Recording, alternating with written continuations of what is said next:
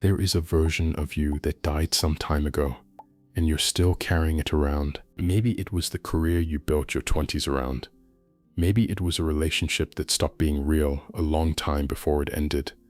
Maybe it was an identity, the athlete, the golden kid, the person everyone expected big things from, that quietly stopped being true. And yet here you are, still showing up to the empty station, still waiting for the old thing to come back. In 1998, a doctor named Spencer Johnson wrote a 90-page parable about exactly this, and 30 million people recognized themselves in it. Welcome to Who Moved My Cheese. Over the next hour, I'll walk you through every key idea in one of the most widely read business parables ever written. A book so short, you could finish it on a lunch break, but so quietly uncomfortable that people have been rereading it for 25 years, trying to figure out why it keeps hitting them in the chest. On the surface, it's a simple story. 4 little characters run around a maze looking for cheese. 2 of them are mice. 2 of them are the size of mice but act like people. They find a huge pile of cheese. They settle in, and then one day the cheese is gone. That's it. That's the whole plot. And somehow from that, Spencer Johnson, who before this book was best known as the co-author of The 1 Minute Manager, built a story that ended up on desks in Fortune 500 boardrooms, in the hands of divorcees, in military briefing rooms, and on the nightstands of teenagers being told their parents were moving across the country. Because the cheese in this book isn't really cheese. It's whatever you've built your life around. And the maze isn't really a maze. It's the life you're actually living. So the question this book is really asking you, under the cartoon characters and the talking mice and the war writings, is simple and brutal. What have you built your life around that isn't there anymore? And why are you still standing in front of it? Section 1. The 4 characters inside you. Before I tell you the story, I want you to picture a Monday morning. You wake up, the alarm goes off, and you know something's wrong before you're even fully conscious. Maybe it's a meeting on your calendar you've been dreading.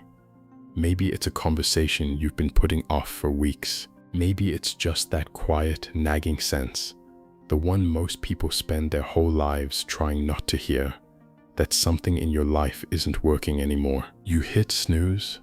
You lie there for another 9 minutes, and in those 9 minutes, your brain does this strange thing that human brains do.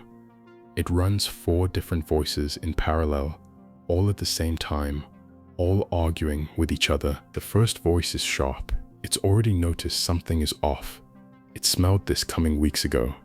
The way your boss's tone shifted in that last email, the way your partner stopped asking about your day, the way you feel tired even after sleeping. This voice says, something is changing. Pay attention. The second voice is impatient. It doesn't want to analyze. It wants to move. It says, get up, do something, anything. Send the email, start the conversation, make the call. Stop lying in bed thinking about it. The third voice is defensive. It doesn't want any of this to be happening. It says, this is fine. It's always been fine. You're overreacting.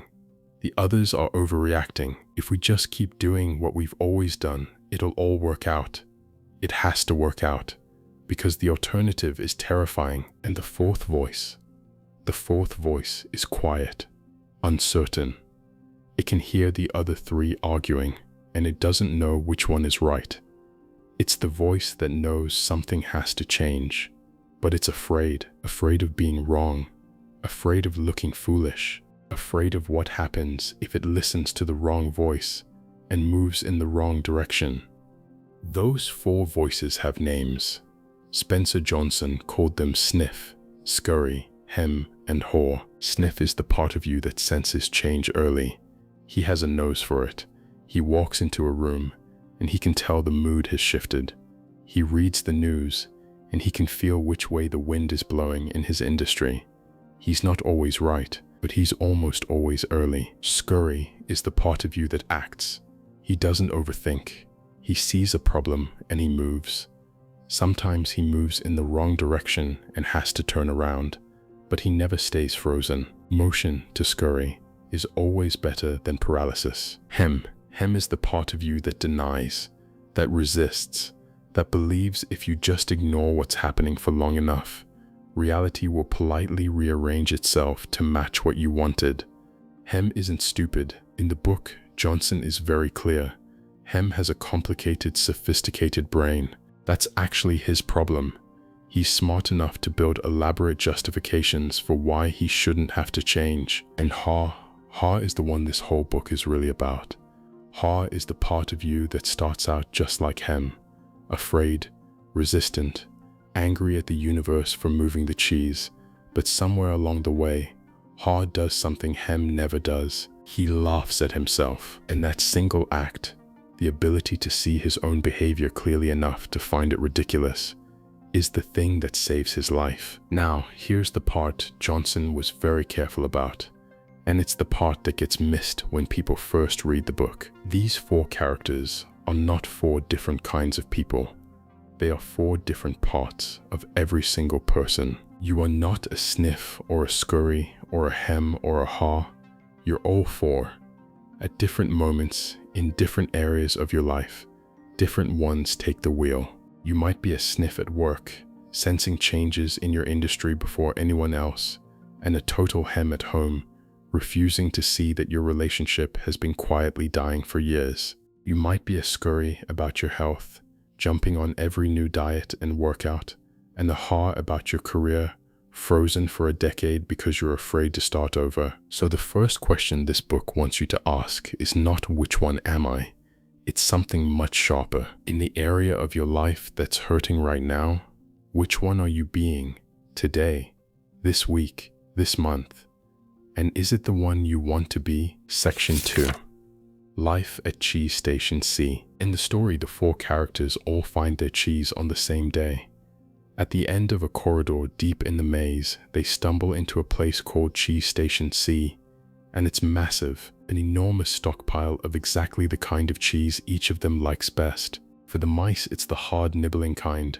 For Hem and Haw, it's something grander, something they've been searching for their whole lives. And for a while, all 4 of them behave the same way. They wake up every morning, they put on their jogging suits, they lace up their running shoes, they head straight to Station C, they eat, they go home, they sleep, they do it again. But then slowly something changes. And this is the part of the book most people skim past, which is a shame because it's where the whole story actually begins. The mice keep their routine. Sniff and Scurry still wake up early. They still wear their running shoes. And when they arrive at Station C, they do something the little people don't do. They sniff around. They check the supply. They notice the amount of cheese. They inspect the corners of the room. Every single morning, they treat the situation like new information, not a permanent fact. Hem and Haw do the opposite. They start waking up a little later, dressing a little slower. They still go to Cheese Station C. Of course they do. They know where it is now. But they stop running. They walk, and when they arrive, they do something small, almost invisible, but it changes everything. They take off their running shoes, and they put on slippers. Think about that image for a second, because it is the single most important visual in this entire book, and Johnson puts it there on purpose. Running shoes are for the maze. Running shoes mean you're ready to move, ready to search, ready to chase something that might not stay where it is. Slippers mean you're home. Slippers mean you believe the thing you found is permanent. Slippers mean you've stopped asking the question, what happens if this goes away? And here's the uncomfortable question. How many pairs of slippers are you currently wearing in your own life? Think about the job you've been in for 7 years, the one you used to be hungry about, the one you used to prepare for, the one that used to make you nervous on Sunday nights. Do you still show up to that job in running shoes? Or have you quietly, without noticing, slipped into slippers? Think about the relationship you've been in for a decade. Do you still pursue your partner? Still wonder about them? Still try to impress them? Still show up like a person who could lose them? Or have you assumed they'll just be there, the way Hem assumed his cheese would just be there? Think about your own body, your own mind. The version of yourself you used to be. The one that worked hard, that read books, that had ideas, that stayed curious. Are you still training that version, or have you put slippers on your own growth? Because in the book, Hem and Haw don't just take off their running shoes. They take them off and they put them away. They don't hang them around their necks, ready to grab the way the mice do. They stash them somewhere. And later, when the cheese disappears, they can't even find their running shoes when they need them most. That's not a small detail. That's a warning. Hem and Haw don't stop there. They start decorating. They hang sayings on the walls of Cheese Station C. They draw little pictures of cheese around the writings. One of them says, in big bold letters, "Having cheese makes you happy." And then something happens that I want you to really pay attention to, because this is the quiet mechanism this whole book is trying to expose. They move their homes closer to Cheese Station C. They build their entire social life around it. They invite their friends over to look at it. They point at the pile with pride and say, "Pretty nice cheese, huh?" Hem starts saying out loud, "We deserve this cheese. We earned it. We worked hard enough to find it. It belongs to us." Now, at no point does anybody tell Hem and Haw that this cheese is theirs forever. At no point does the maze sign a contract with them. At no point does the universe hand them a deed. They just assume, because they found it, because it's been there for a while, because they built their life around it, they start to feel entitled to it. And this is where the book quietly reveals its deepest insight about human nature. The more important something is to you, the more you want to hold on to it. The longer you've had it, the more you believe it's yours. The more you've built around it, the more dangerous it becomes to admit that it might not last. This is why people stay in jobs they hate for 20 years. Not because the job is good, not because they can't leave, but because their whole identity, the house they bought, the lifestyle they built, the story they tell their family about who they are, is all wrapped around this one pile of cheese that they never actually owned. And this is why people stay in relationships that stopped being real 5 years ago. Not because the relationship is good, but because the relationship is the room they decorated. It's the wall they hung their sayings on. It's the pile they pointed at and told their friends, "Pretty nice cheese, huh?" Spencer Johnson, through Haw, writes this insight on the wall of the maze later, once it's too late. It says, "The more important your cheese is to you, the more you want to hold on to it." That's the trap. Not that we have cheese, not that we enjoy it, but that we stop checking on it. We stop watching it. We stop asking the simple daily question, is this still here? And is it still good? Because while Hem and Haw were decorating, while they were building their social life, while they were telling their friends they deserved this cheese, the cheese was already getting smaller, and they didn't notice, and Sniff and Scurry did. That is the difference between the part of you that stays alive and the part of you that quietly starts to die. Not intelligence, not talent, not luck. It's whether you're still wearing running shoes. Section 3. The moment everything changes. One morning, the mice arrive at Cheese Station C, and the cheese is gone. I want you to sit with the scene for a moment, because Johnson writes it with a specific kind of silence. He doesn't make it dramatic. There's no crash, no explosion, no villain sneaking in at night to steal the cheese. It's just gone. An empty room where a pile used to be. And here's the detail most readers miss. The mice are not surprised. Sniff and Scurry have been watching. They've been checking the supply every day. They've seen it getting smaller. They could feel this coming, not because they're geniuses, but because they never stopped paying attention. So when they walk in and find the cheese gone, they don't stand there shocked. They don't scream. They don't negotiate with the walls. They look at each other. They take the running shoes off their necks. Remember, the mice never put them away. They lace them up, and within minutes, they're gone. Back into the maze, looking for new cheese. That's it. That's the whole scene for the mice. A few sentences, a handful of moments. Because for Sniff and Scurry, The problem and the answer are both simple. The situation changed, so they changed. Him and Ha arrive hours later. They walk into Cheese Station C, the same way they've walked in every day for months. Slowly, comfortably, already planning the rest of their afternoon around their meal. And they stop dead in the doorway. There is no cheese. Hem's face goes red. He puts his hands on his hips, and he starts yelling, not at his friend, not at the walls, at nobody in particular. What? No cheese? No cheese? He shouts it again and again, as if the shouting itself might bring the cheese back. Then he says the 6 words the whole book is named after. Who moved my cheese? It's not fair. And Ha just stands there, frozen, shocked. He doesn't yell, he doesn't move, he doesn't think. He just stands there like a statue, eyes wide, brain refusing to process what's in front of him. Now watch what Johnson does here, because this is the scene the whole book turns on, and there's a specific move in it you need to notice. The mice are not smarter than Hem and Ha. The book is very clear about this. Sniff and Scurry have, quote, simple brains. Hem and Ha have complex brains, full of beliefs, full of emotions, full of stories about who they are and what they deserve. And it's the complex brain that destroys them. Because when the cheese disappears, Hem's sophisticated mind immediately goes to work. Not on solutions, on justifications, on indignation, on constructing an entire worldview in which this is unfair, unjust, wrong, and ultimately someone else's problem to fix. Hem says out loud, we're little people.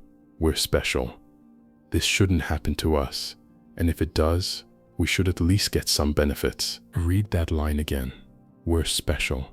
This shouldn't happen to us, because I promise you, every single person listening to this has said some version of that sentence. Maybe not out loud, maybe just in the back of your mind. After a layoff, after a breakup, after a diagnosis, after a betrayal. This isn't supposed to happen to me. I'm a good person. I did everything right. I followed the rules. I played the game. I showed up.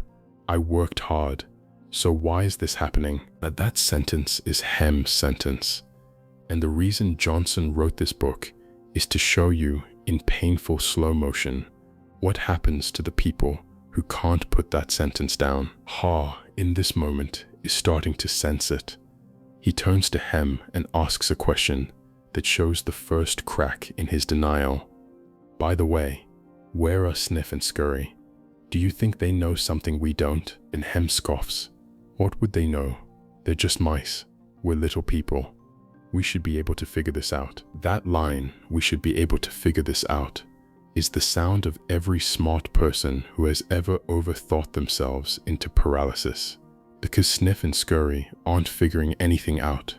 They're already gone. They're already halfway through the maze, on their way to new cheese. They didn't need to figure anything out.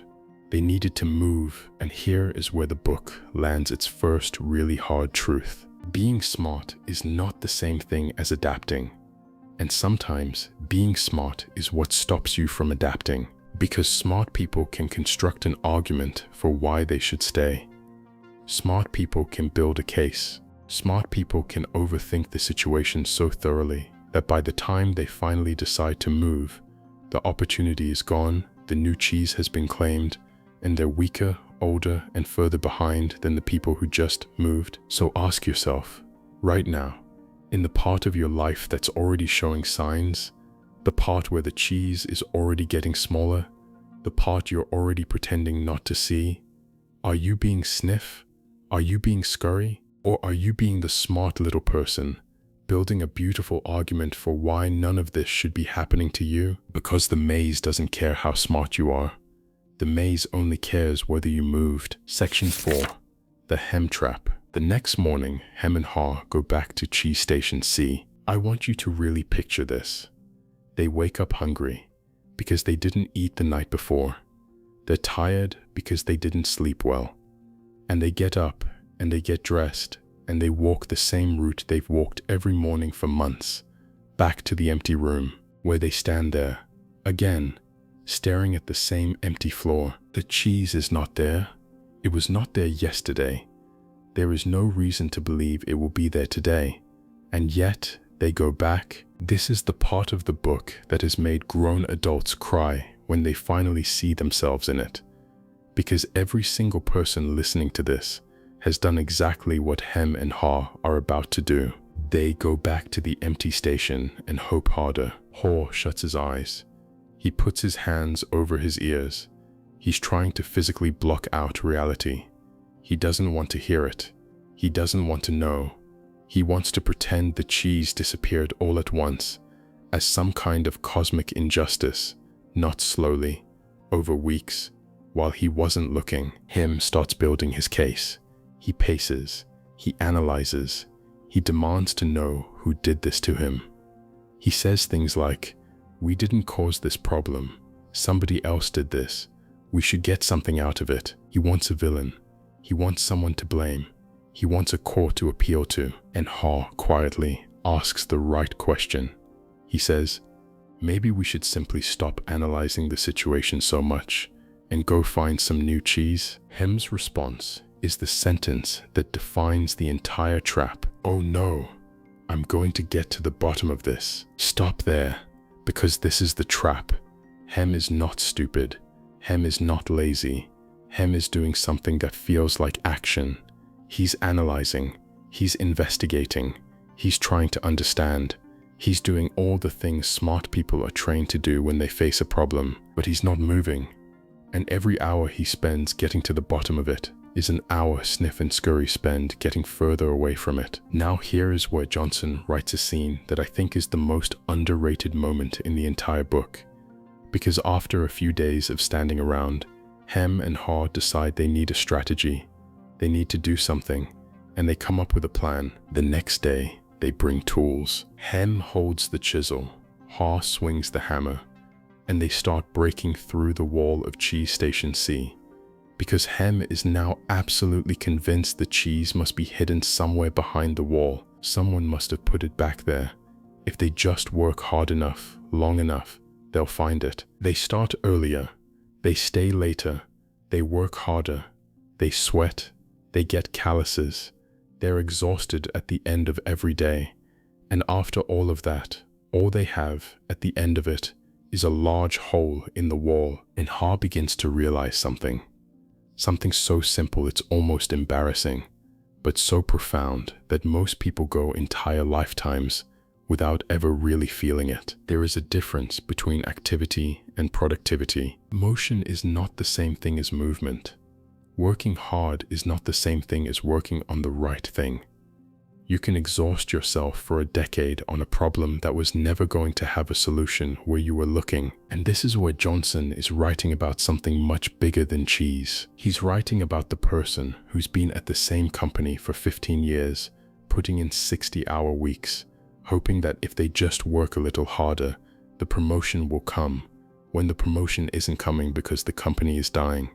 They're not being rewarded for effort. They're being quietly sidelined for not seeing what everyone else sees. He's writing about the person in the failing relationship who keeps trying to communicate harder, love harder, give more, chiseling away at the same wall, making the hole bigger, believing the love must be hidden behind there somewhere, when the other person checked out years ago and the only answer is to leave. He's writing about the entrepreneur who keeps pouring money into the idea that stopped working, because stopping would mean admitting that the last 2 years were a mistake. So they double down, they chisel harder, they widen the hole. There is a scene in the later part of the book, during the discussion between old classmates, that frames the whole story, where a man named Nathan talks about his family business. His family owned a chain of small stores. They'd been part of the local community for as long as anyone could remember, and then the mega store came to town. The big warehouse with the huge inventory and the low prices, and Nathan's family stores became old-fashioned almost overnight. Nathan says, and this is a direct line from the book, "We stayed where we were and didn't change. We tried to ignore what was happening, and now we are in trouble. We're closing stores." He says it with the quiet shame of a man who knows he watched it happen in slow motion, and still did nothing.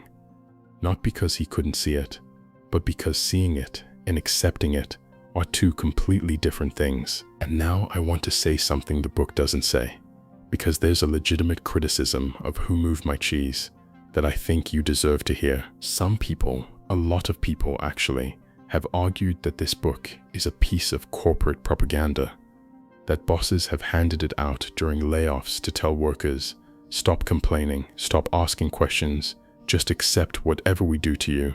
The cheese moved, deal with it.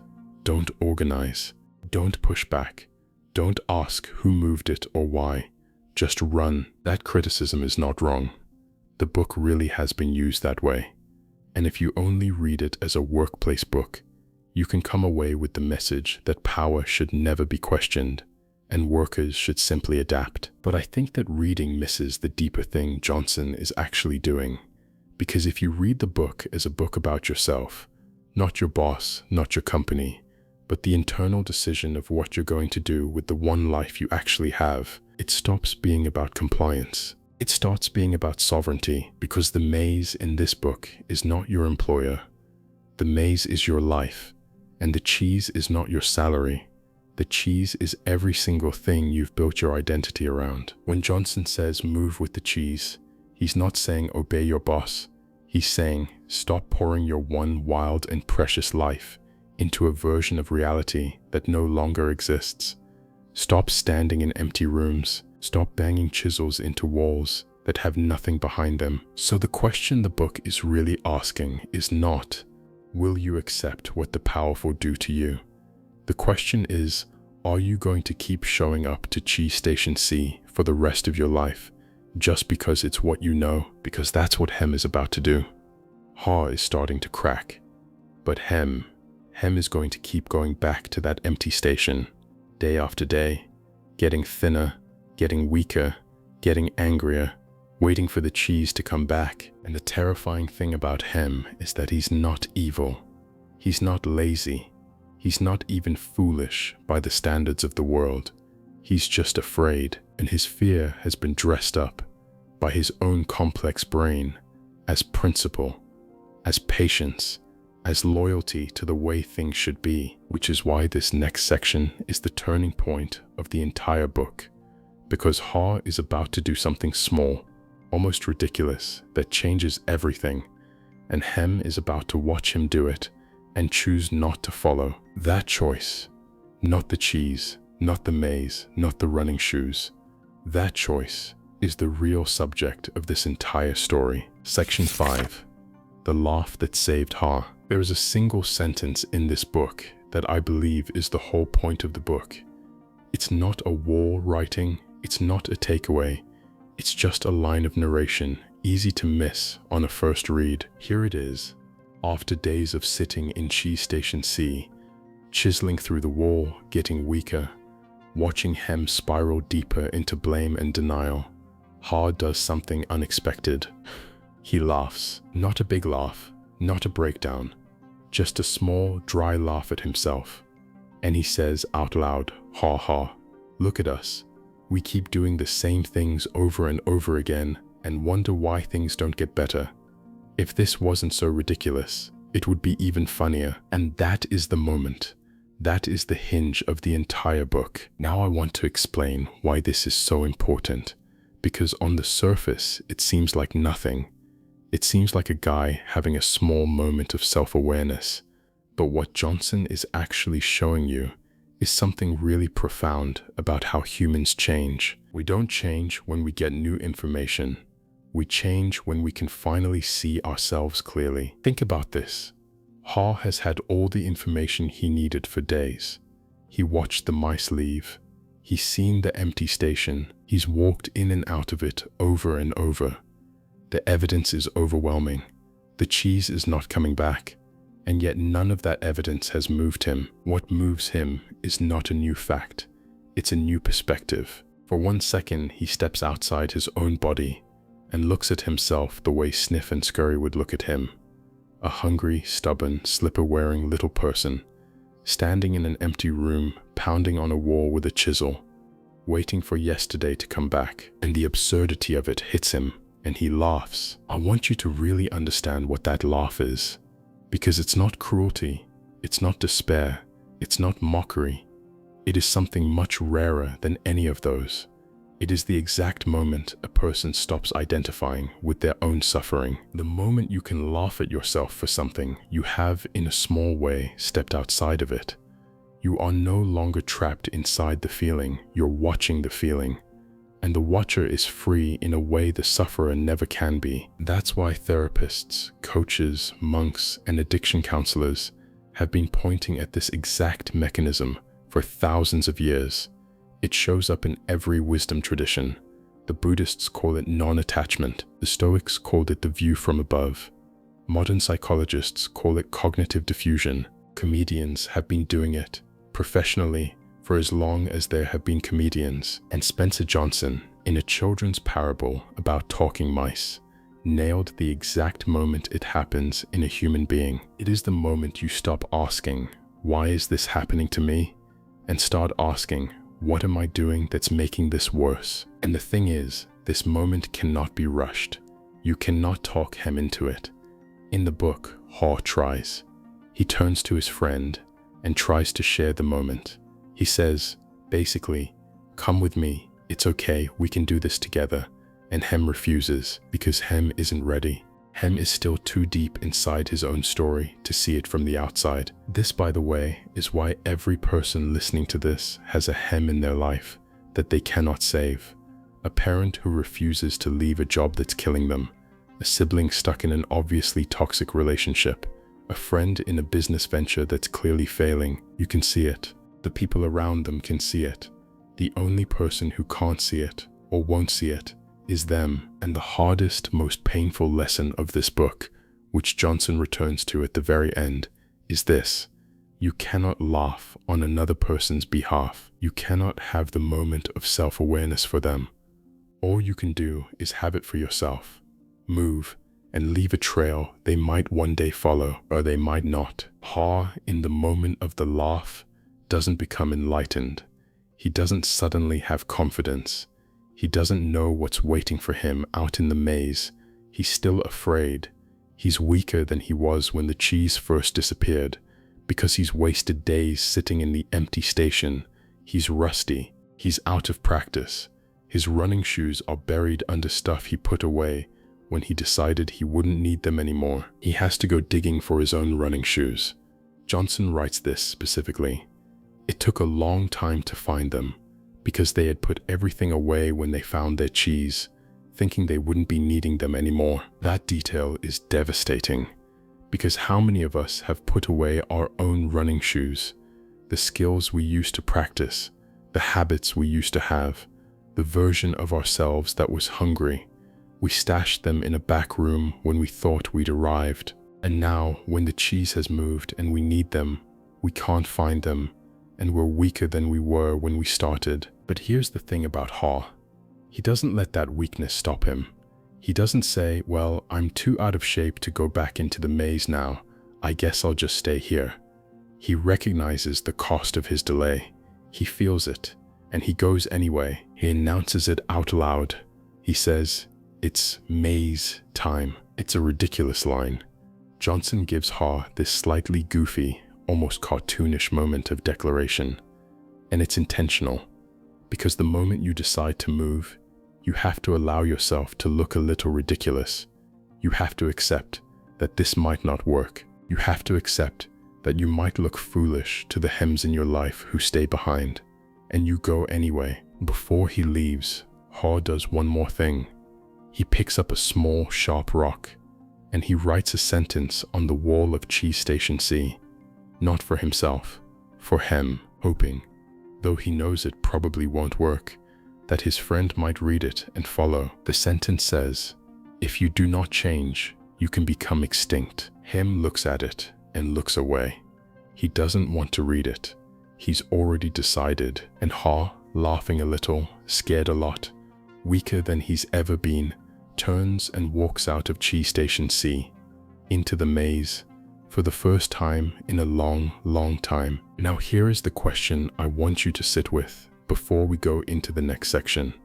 because this is the most uncomfortable question this book will ask you. What part of your life is Cheese Station C right now? What room are you standing in, waiting for something to come back?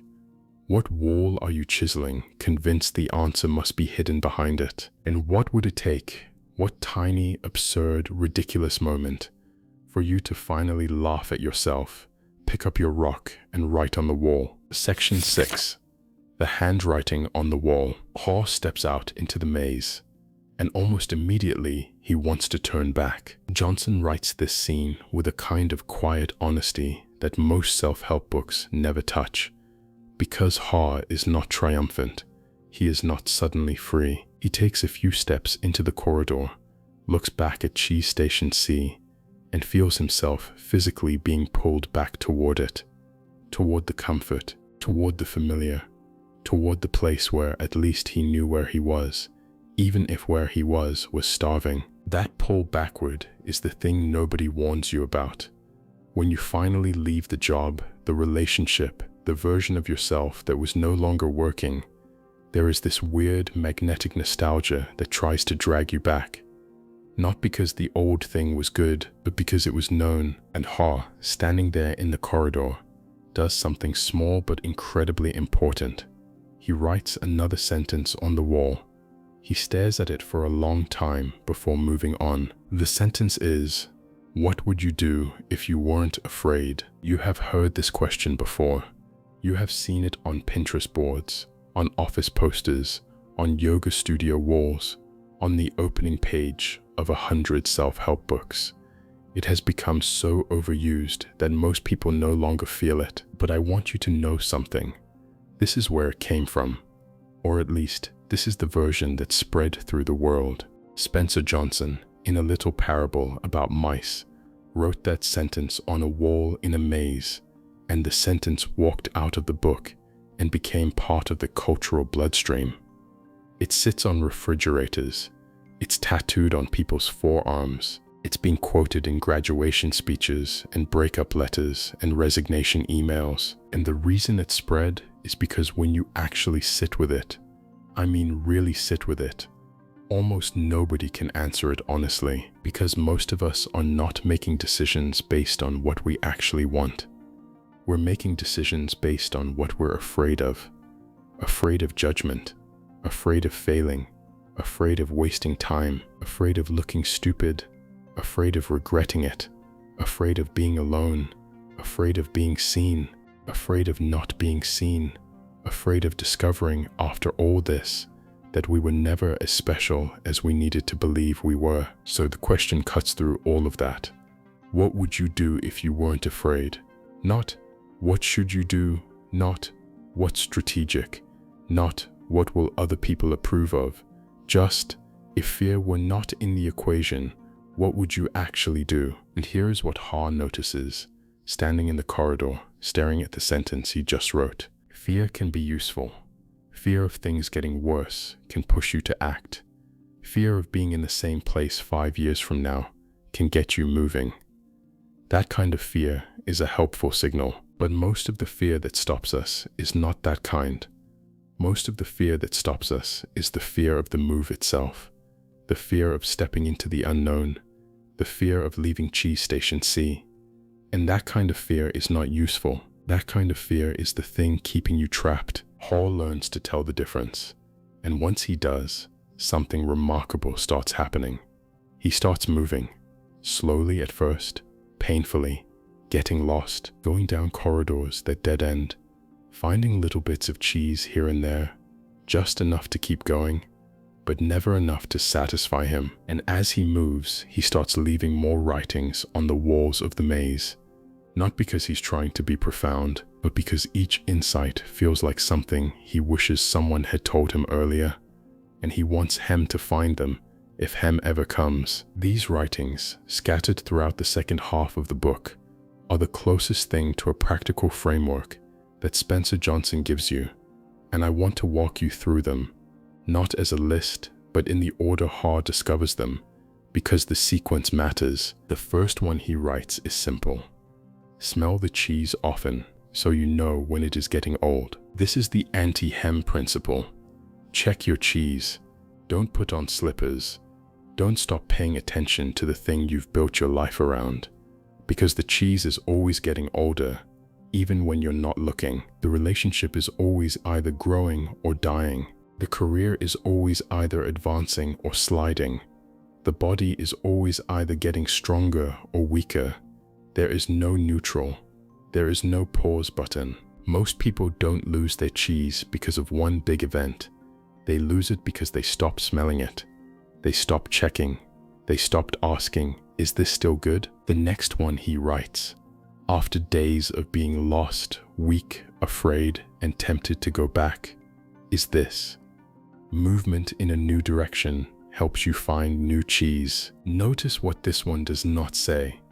It does not say, take the right action. It does not say, have a plan. It does not say, know where you're going. It just says, move in a new direction, because when you're standing still in an empty station, any movement is better than more standing still. You don't need the perfect plan. You need the first step, and then the next step, and the direction will reveal itself as you go. This is the principle that separates Ha from Hem more than any other. Hem is waiting for certainty before he moves. Ha moves to create certainty, and then Ha discovers something that surprises him. As he's running through the corridors, he realizes something. He feels good. Not because he's found cheese. He hasn't. Not really. Not yet. But because he's moving. Because he's no longer trapped. Because his body is doing what his body was designed to do. And he writes on the wall, when you stop being afraid, you feel good. There is a strange thing about fear. Fear, when you obey it, gets bigger. Every time you don't do the scary thing becomes scarier. Fear, when you defy it, gets smaller. Every step Ha takes through the maze makes the maze less terrifying. The corridors that looked impossible from inside Cheese Station C turn out to be just corridors, unfamiliar, but not deadly. You could not have told Ha this on day one. You could not convince him from inside the empty station that the maze would feel good. He had to walk into it to discover it. And the same is true for every person listening to this. You cannot think your way out of fear. You can only walk your way out of it. Ha writes another. Imagining yourself enjoying your new cheese leads you to it. This one sounds like manifestation talk. And I want to be careful here because the book is not saying, just visualize stuff and it'll happen. What Johnson is actually saying is more subtle. When Ha imagines, in vivid sensory detail, what it would feel like to find new cheese, eating Swiss with holes in it, orange cheddar, soft French camembert, he gives himself a reason to keep going. Because the maze is punishing. Your legs hurt, you're hungry, you're discouraged, and the only thing that keeps a person moving through that kind of difficulty is a clear picture of what's on the other side. Most people who fail to change don't fail because the path is too hard. They fail because they have no picture of where they're going.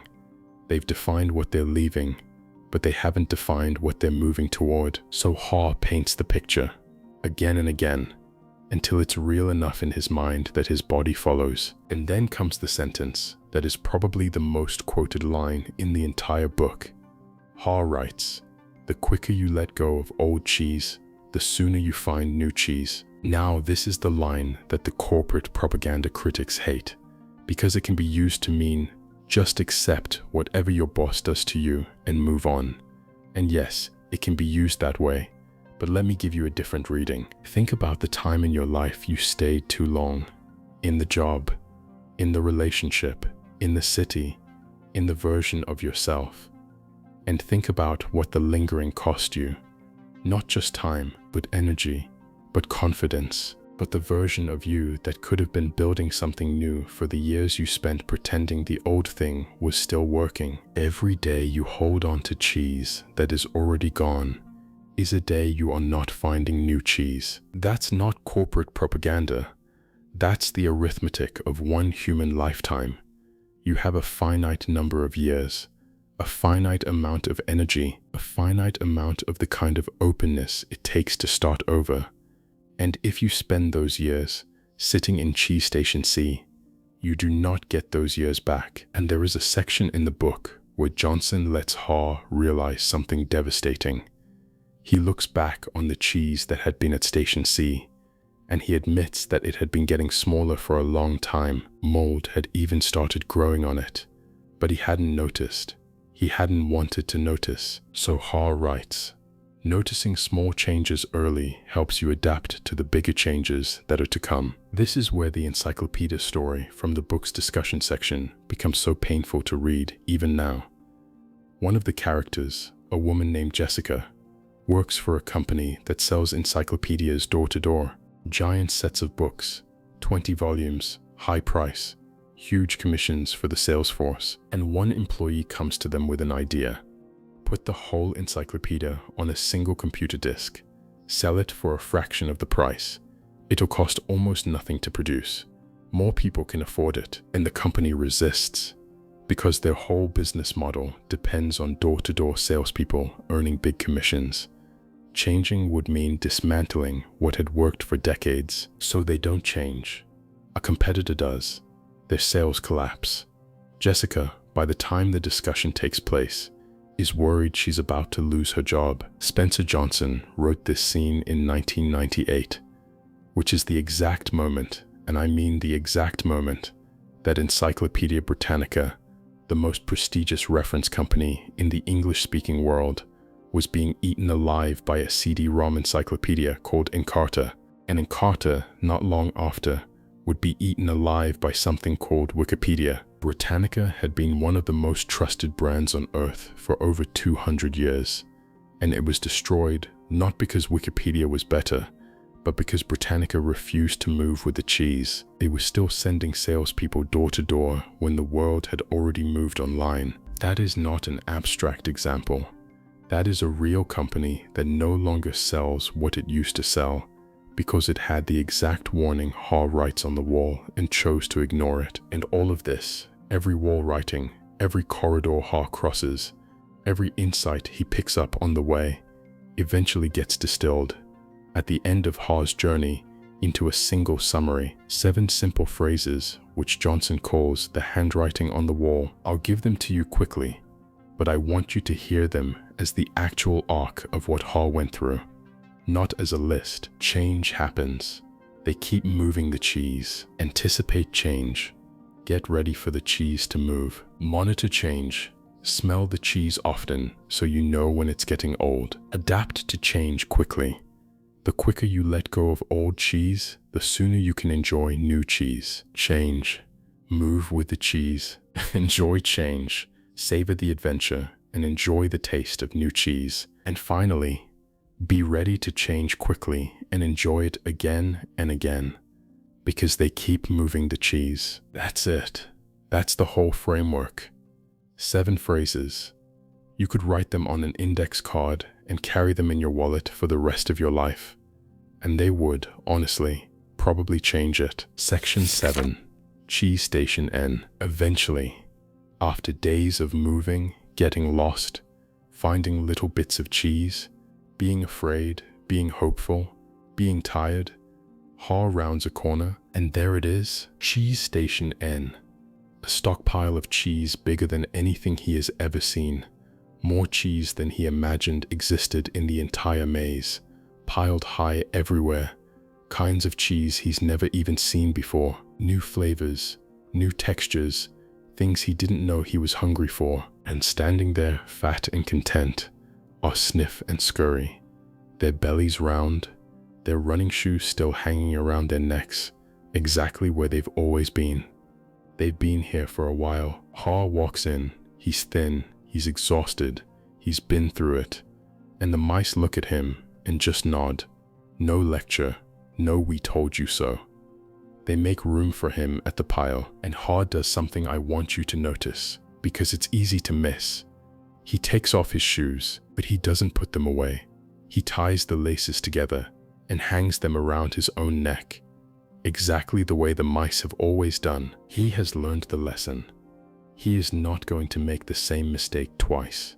He has new cheese, but he is not going to forget what happened at Cheese Station C. And then Hall lifts a piece of cheese like a toast, and he says, "Hooray for change. Hooray for the thing that almost killed him. Hooray for the thing he tried to deny, tried to block out, tried to chisel through. Hooray for the disappearance that forced him to become someone new." And this is where Johnson does something that I think is the most courageous choice in the whole book. He does not wrap it up. He does not end with Ha living happily ever after. He does not tell you what happens to him. Instead, he gives you one last scene.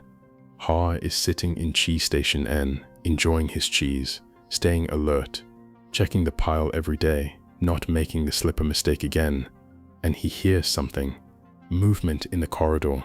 Someone is coming, and Ha wonders, hopes, prays a quiet little prayer that maybe, finally, it's him, that his old friend read the writings on the wall, that he found his running shoes, that he laughed at himself, that he made it. And Johnson writes one final line, a line that sits there, unfinished, intentional, like a door left open. Ha said a little prayer and hoped, as he had many times before, that maybe, at last, his friend was finally able to. That's it. That's the sentence. ... The book ends there. We never find out whether Hem comes around the corner.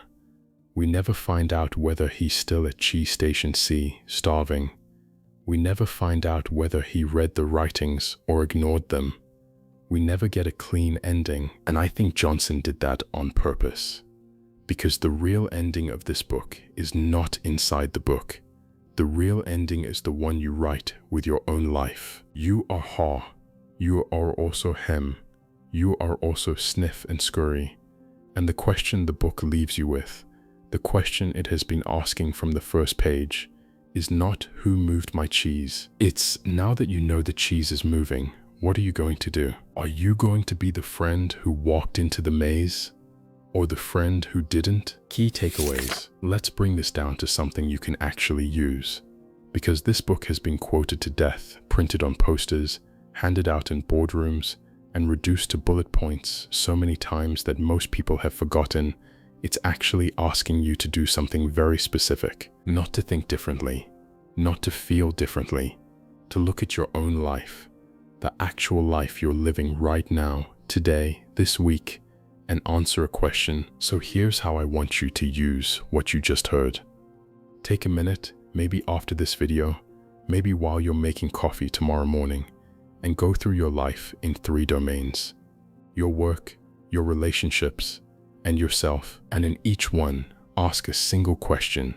Which character am I being right now in this area of my life? Sniff, Scurry, Hem, or Ha? Start with work. Think about where you spend the bulk of your waking hours, and be honest. Not about what you tell yourself you are, what you actually are. Are you a Sniff? Are you the person sensing where your industry is going, noticing the small changes in your company, paying attention to the skills that are becoming obsolete and the ones that are becoming valuable? Or are you someone who hasn't thought about their career trajectory in 3 years because things have been comfortable? Are you a Scurry? When you sense something is off, do you act, apply for the thing, learn the skill, send the email, have the difficult conversation? Or do you tell yourself you'll do it next month, next quarter, next year? Are you a Hem?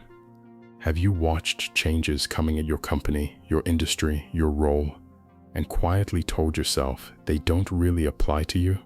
That your experience, your loyalty, your past success will protect you? That's what Nathan told himself. That's what Britannica told itself. That's what every smart person tells themselves right before the cheese moves. Or are you a Ha? Afraid, uncertain, still resistant, but starting to laugh at yourself? Starting to suspect that the thing you've been refusing to do might be the exact thing you need to do? Now do it again with your relationships. The relationship with your partner, the relationship with your kids, the relationship with your parents, your siblings, your closest friends. Which ones are you smelling the cheese on, checking in, paying attention, still trying, still curious? And which ones are you wearing slippers in, assuming they'll always be there, taking them for granted, decorating the walls around them with sayings about how good the cheese is. This is where this book gets the most uncomfortable, because we tend to think of change as something that happens at work, but most of the real cheese-moving moments of a human life happen in relationships, and most people are a lot more of a hem at home than they would ever admit. And then, the hardest one, yourself. What cheese are you still eating that expired a long time ago? Maybe it's an identity you've been carrying since you were 22, a story about who you are that stopped being true a decade ago. Maybe it's a grudge you've been chewing on so long you can't remember what started it. Maybe it's a belief about what you're capable of that a younger version of you handed you, and that the current version of you has been stuck with ever since. The cheese in your own self-concept is often the moldiest and the hardest to let go of, because it's not something that was taken from you. It's something you're still actively eating. Ha's whole journey, stripped of the mice, stripped of the maze, stripped of the cheese, is really the journey of noticing you've been living on something old and having the small, absurd human moment of laughing at yourself for it and taking one step in a new direction. That's it. That's the whole book. One step. Not a strategy, not a 10-year plan, not a vision board. One step in a new direction, taken in running shoes you had to go digging for. And here's the last thing I want to leave you with from this book, because it's the thing that most summaries of Who Moved My Cheese completely miss. This book is not actually about change. Change is the vehicle. The real subject, underneath everything, is fear. Every single choice in this book, good or bad, is driven by fear or by the absence of fear. Hem's paralysis is fear. Ha's hesitation is fear. The laugh is the moment fear loses its grip. The question on the wall, what would you do if you weren't afraid, is the entire book compressed into 8 words. Because here is the quiet, devastating truth this whole parable is pointing at. You already know what you need to do. You already know which cheese has moved. You already know which station is empty. You already know on some level that you've been trying not to listen to, exactly which direction in the maze you should be walking. You are not being held back by a lack of information. You are being held back by a lack of willingness to be afraid and do it anyway. And Johnson's small, strange, slightly corny little book, with its talking mice and its walls of cheese and its wall writings, has somehow, for 25 years, been quietly putting its finger on that exact spot in millions of people's lives. The spot you don't want to look at. The area of your life where you know and you know that you know, and you've been pretending not to know. That's your cheese station, see? And it's empty. And you know it's empty. The only question is how long you're going to stand there, and who you want to be when you finally turn around. Closing. At the beginning of this video, I said there is a version of you that died some time ago, and you're still carrying it around. And I think by now you know which version I was talking about. You've probably been thinking about it the whole time, not the one I was guessing at. The specific one only you can see. The job, the relationship, the dream, the self-image, the safety, the plan, the pile of cheese that has been quietly getting smaller while you've been busy decorating the walls. Spencer Johnson wrote a tiny book about that exact feeling. 90 pages, 4 characters, 1 maze, and it has sold over 30 million copies. Not because the writing is beautiful, and not because the plot is clever, but because somewhere in that little parable, almost every person who reads it catches a glimpse of themselves, and once you see it, you can't unsee it. So here is the question I want to leave you with. Not a generic one, a specific one, pointed at the exact area of your life that's been on your mind while you've been listening. If you knew, really knew, all the way down that the cheese you've been standing in front of was already gone and was never coming back, what's the one step you would take this week? Not this year, not this quarter, this week. Whatever that step is, message me in the comments. I read them. I'm genuinely curious what people come up with, because the answers are always different, and they're always specific, and they're almost always something the person already knew. They just needed a small, strange parable about mice to finally say it out loud. If this video hit you somewhere, the book itself is worth having on your shelf. It takes about an hour to read. You can find it on Amazon or listen to the full audiobook on Audible. Links are down in the description. I earn a small commission if you go through them, and it helps support the channel at no extra cost to you.